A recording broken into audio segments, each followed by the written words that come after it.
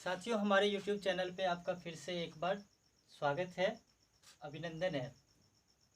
जैसा कि social case work का लेक्चर चल रहा था, तो सोशल केस वर्क में अब तक हमने मीनिंग, कॉन्सेप्ट, डेफिनेशन, कंपोनेंट्स और सोशल केस वर्क का क्या पर्पस होता है उसके बारे में हमने देखा। आज आपका CC5 का, जो पटना यूनिवर्सिटी में मास्टर ऑफ सोशल वर्क के स्टूडेंट हैं, उनका CC5 में जो फर्स्ट यूनिट है उसका यह आखिरी टॉपिक है और यह है principle of social case work. आखिर सामाजिक वैयक्तिक कार्य का क्या सिद्धांत है। तो आज के लेक्चर में हम इसके बारे में ही बात करेंगे और यह CC5 का आखिरी टॉपिक है। इस पर भी कई सारे सवाल आते हैं। कोई भी समाज कार्य की कोई भी प्रणाली है तो वह किसी न किसी सिद्धांत पर कार्य करती है। तो सामाजिक वैयक्तिक कार्य के भी कुछ सिद्धांत हैं, जिनमें से पहला सिद्धांत हम बात करते हैं व्यक्तिकरण का सिद्धांत, यानी इंडिविजुअलाइजेशन। व्यक्तिकरण का सिद्धांत जो है, क्योंकि हम जानते हैं कि सामाजिक वैयक्तिक कार्य व्यक्ति विशेष की समस्याओं पर कार्य करता है, व्यक्ति विशेष की समस्याओं के समाधान का प्रयास करता है। व्यक्तिकरण का सिद्धांत का तात्पर्य यह है कि जिस प्रकार शरीर के भिन्न भिन्न अंगों में से प्रत्येक अंग शरीर के लिए एक महत्वपूर्ण स्थान रखता है, ठीक उसी प्रकार प्रत्येक व्यक्ति समाज के लिए महत्वपूर्ण माना जाता है।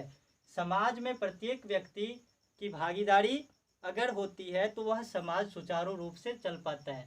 ठीक है, तो व्यक्तिकरण के सिद्धांत के अंतर्गत सामाजिक वैयक्तिक कार्य प्रत्येक व्यक्ति को महत्व देता है।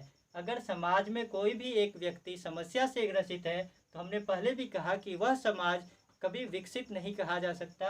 तो इसीलिए व्यक्तिकरण के सिद्धांत के अंतर्गत सामाजिक वैयक्तिक कार्यकर्ता प्रत्येक व्यक्ति को समाज के लिए समान महत्व देता है। इसीलिए हम इसके अंतर्गत व्यक्ति विशेष की समस्याओं को भी सॉल्व करने का कोशिश करते हैं। दूसरा, अगर हम बात करें दूसरे सिद्धांत की, तो यह है सहभागिता का सिद्धांत। ठीक है, यानी सहभागिता का सिद्धांत। अगर आप इस वर्ड को तोड़ेंगे तो इसमें होता है सह, यानी साथ में, और भागिता भागीदारी। जब एक सामाजिक वैयक्तिक कार्यकर्ता अपने सेवार्थी के पास पहुंचता है तो वह सेवार्थी के साथ जब वह बातचीत शुरू करता है, उनके समस्या समाधान का प्रयास शुरू करता है, तो उसमें उनको सेवार्थी की भागीदारी मिलनी जरूरी होती है। अगर सेवार्थी हमें साथ नहीं दे तो फिर किसी भी रूप में हम उनके समस्या का समाधान नहीं कर सकते हैं। इसीलिए व्यक्ति, जो समस्या ग्रसित व्यक्ति है, उनकी भागीदारी जरूरी है।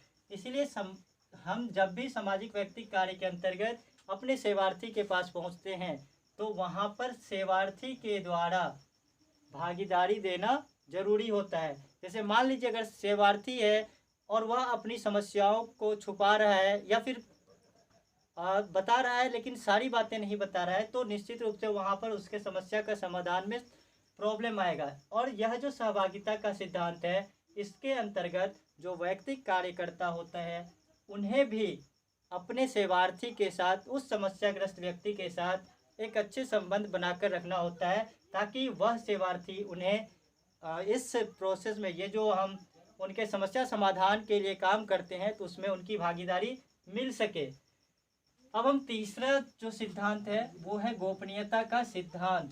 गोपनीयता का सिद्धांत यह भी काफ़ी महत्वपूर्ण है। कोई भी सेवार्थी से जब हम सवाल जवाब करते हैं, उनसे जब हम जानकारी लेते हैं, तो हम उन्हें आश्वस्त करते हैं कि उनके द्वारा दी गई जानकारी कहीं भी बाहर आउट नहीं किया जाएगा, उनके द्वारा दी गई जानकारी को गोपनीय रखी जाएगी। इसलिए सामाजिक वैयक्तिक कार्यकर्ता अपने सेवार्थी के द्वारा दी गई जानकारी को हमेशा गोपनीय रखता है। तो सामाजिक वैयक्तिक कार्य के अंतर्गत जब एक वैयक्तिक कार्यकर्ता सेवार्थी के पास पहुंचता है तो वह गोपनीयता के सिद्धांत का पालन करता है। नेक्स्ट देखते हैं, यह है आत्म जागरूकता का सिद्धांत। कार्यकर्ता आत्म जागरूकता का सिद्धांत, सेल्फ अवेयरनेस का काम करता है।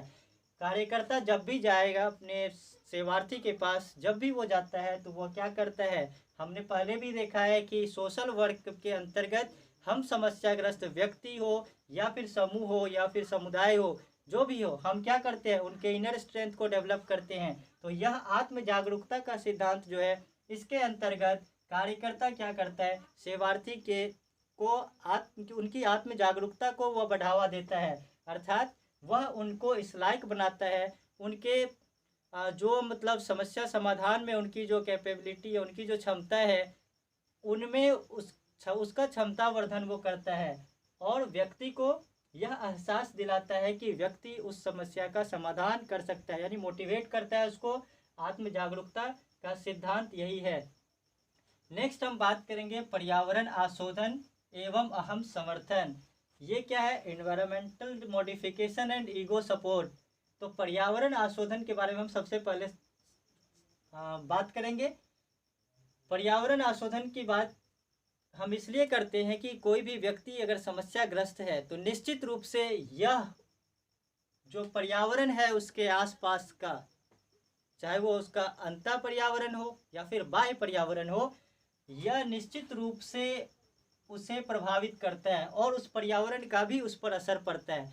तो जब हम उनकी समस्या समाधान कर रहे होते हैं तो उस वक्त हम उनके अंतर और बाह्य पर्यावरण का भी अध्ययन करते हैं कि समाज के अन्य लोगों के साथ, बाह्य पर्यावरण के साथ वह उस व्यक्ति का कैसा व्यवहार है, अपने घर में उस व्यक्ति का कैसा व्यवहार है, और वहाँ भी हमें पता करते हैं कि उसमें किस तरह की कमजोरियां हैं, क्या प्रॉब्लम है, और उसको जान करके, उस पर स्टडी करके फिर हम क्या करते हैं, उसमें आशोधन यानी उसे ठीक करने का, कैसे वो ठीक हो उसका प्रयास करते हैं। साथ ही अहम समर्थन, कल भी मैंने बताया था, अहम एक संस्कृत शब्द है।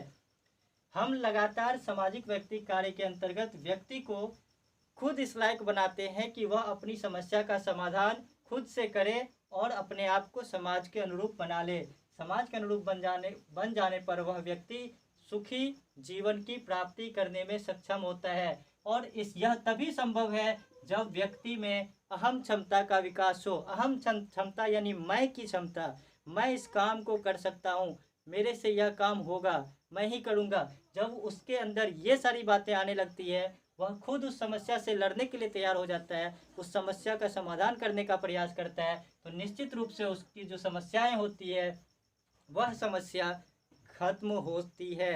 अर्थात हम जानते हैं कि सामाजिक व्यक्ति कार्य के अंतर्गत समस्याएं जो होती है वह मुख्य रूप से मनोसामाजिक समस्याएं होती है, और मनोसामाजिक समस्याएं तब जाकर समाप्त हो सकती है जब व्यक्ति के अंदर अहम क्षमता का विकास होता है, यानी उनके अंदर मैं की भावना का विकास होता है।